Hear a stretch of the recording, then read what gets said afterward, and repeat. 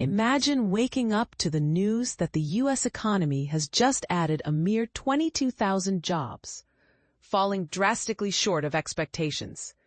This is exactly what happened recently. And it's a stark reminder that the economy is facing some significant challenges. But here's where it gets even more interesting. The unemployment rate has ticked up to its highest level in 4 years, which could potentially bolster President Trump's argument that the Federal Reserve should cut interest rates. However, this move is not without its controversies, and it's essential to dive deeper into the implications. For instance, the inflation rate is still higher than the Fed's target, which might limit the extent of any potential rate cuts. David Brooks, a columnist at the New York Times, points out, the current economic situation is a complex web of factors, including uncertainty over tariffs and cuts in immigration, which could have long-term effects on the economy. In fact, Brooks notes that 2025 could be the first year in American history where the population declines, largely due to reduced immigration. This decline in immigration is particularly concerning because immigrants have historically been a significant contributor to the U.S. economy. The loss of manufacturing jobs under the Trump administration is another area of concern, with 78,000 jobs lost since he took office. This is a far cry from his campaign promises, and it's likely to have significant repercussions for his re-election bid.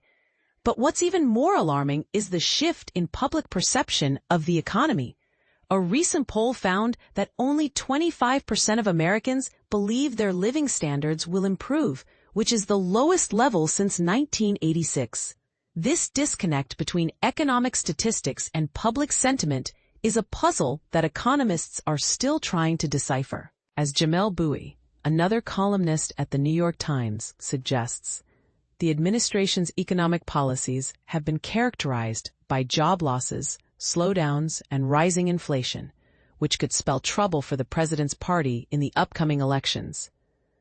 The president's personal approach to governance has also raised eyebrows, with some critics arguing that he views the office of the presidency as his personal domain rather than a public trust. This has led to a blurring of lines between personal and public interests, which could have far-reaching consequences. For example, the recent rebranding of the Pentagon as the Department of War has sparked debate about the president's approach to national security. While some see it as a mere publicity stunt, others argue that it signals a more aggressive approach to foreign policy. As Brooks notes, the original renaming of the Pentagon in the late 1940s was done by individuals like James Forrestal and George Marshall, who were known for their toughness and strategic thinking. In contrast, the current administration's approach to national security seems to be more focused on rhetoric than substance. The targeting of ships using acts of war, rather than acts of law enforcement, is a case in point. This approach raises important questions about the limits of executive power and the need for a more nuanced approach to national security. So what do you think? Do you believe the president's economic policies are on the right track, or are they a recipe for disaster? Should the Federal Reserve cut interest rates to boost the economy, or would that be a mistake? And what about the president's approach to national security? Is it a necessary evil or a dangerous escalation? Let us know your thoughts in the comments.